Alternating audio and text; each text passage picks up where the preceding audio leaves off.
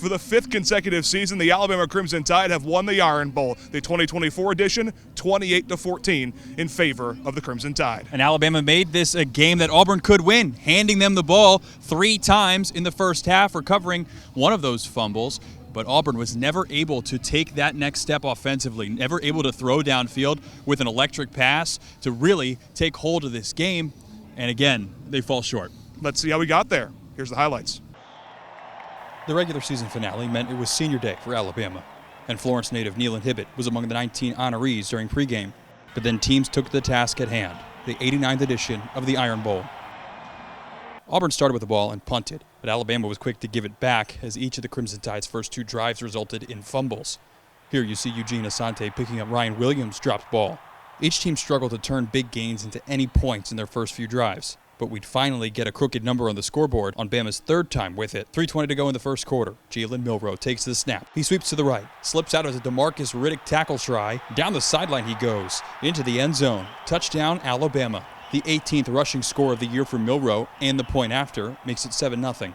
10 minutes and 48 seconds of game time later, Auburn got on the board thanks to a 9-play, 72-yard drive that resulted in a field goal.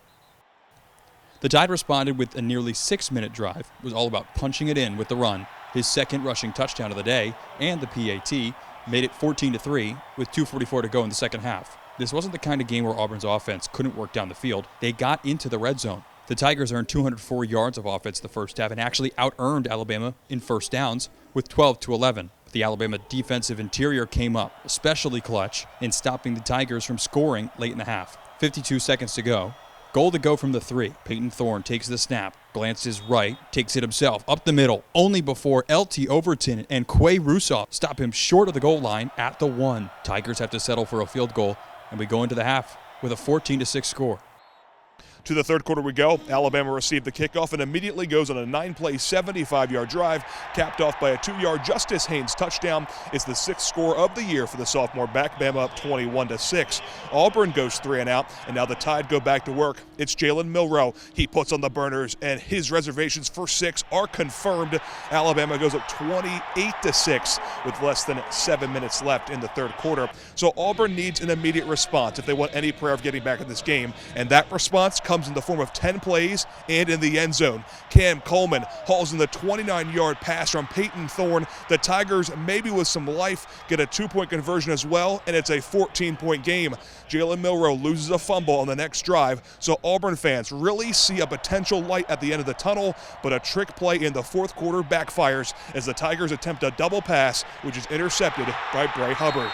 There was no scoring the rest of the way as the Alabama offense took the air out of the football, spending nearly 10 of the precious remaining minutes on the field. The Crimson Tide win the Iron Bowl 28-14. Hugh Freeze is now 0-2 in this game, and Kalen DeBoer is victorious in his debut.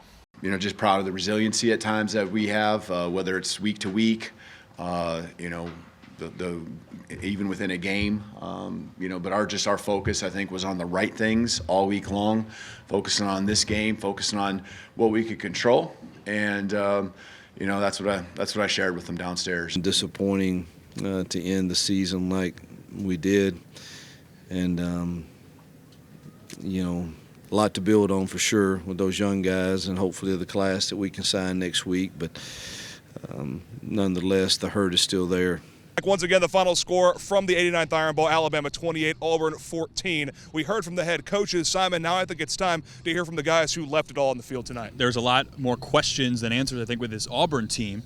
But there's questions that remain, big questions for the Alabama side. Can they make the playoff? Are they a playoff caliber team? What's to say about year 1 of the DeBoer era? A little bit more uncertain on the Auburn end. Let's hear from some of those players after the game. I honestly treat every game like it's my last one. I mean, you never know in a blink of an eye that it could change. Anything can change.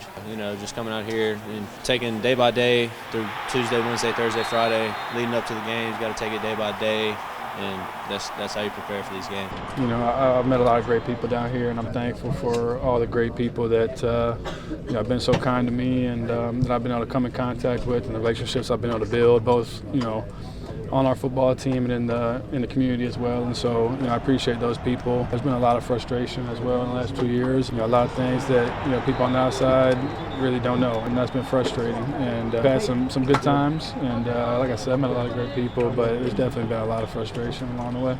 It means more to me to go out there and win it for my brothers because I haven't been here, for how long have they been, but just coming in and just seeing how hard those guys work and how much it means to them, it's always going to mean a lot to me because I play for them. It means a lot to me to be a part of this game, and be able to wear the crimson jersey, and with so much people that have been a part of this game historically, just share the field with my teammates who've worked their tails off each and every week. And so this game definitely means a lot to me. With tonight's result, the Crimson Tide moved to 9-3 overall in the regular season, 5-3 in SEC play. The Tigers dropped to 5-7 overall, 2-6 in the league. The Tigers' attention now really shifting to the signing class. Hugh Freeze multiple times saying that he's hoping to have a top 5 class this year. They were once again not bowl eligible in 2024. The Crimson Tide playoff hopes still alive as they await Selection Sunday. From outside Bryant Denny Stadium in Tuscaloosa, that's Simon Williams, and I'm Nick Kuzma, Fox 54 Sports.